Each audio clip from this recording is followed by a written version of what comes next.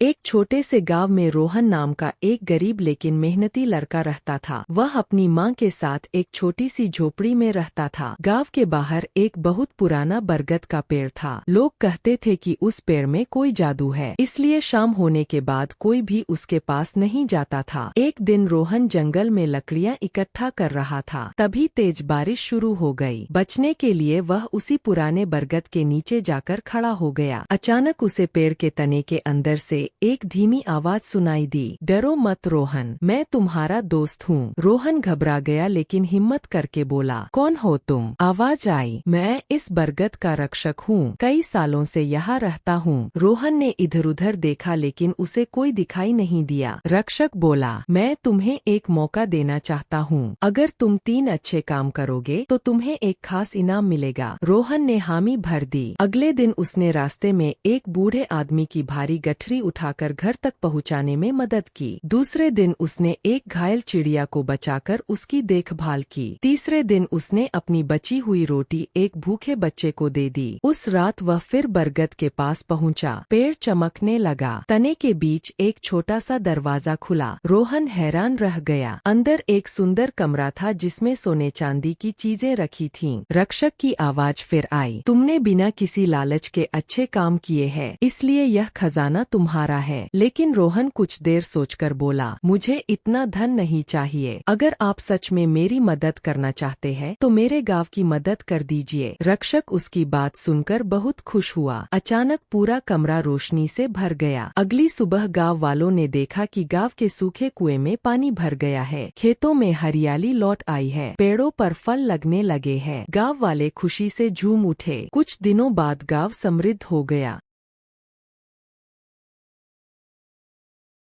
दूसरों के बारे में सोचता है, असली जादू उसी के साथ होता है। रोहन मुस्कुराया और बरगद को प्रणाम किया। उस दिन के बाद वह बरगद फिर कभी नहीं बोला, लेकिन गांव वाले आज भी मानते हैं कि उस पेड़ में एक दयालु जादुई रक्षक रहता है।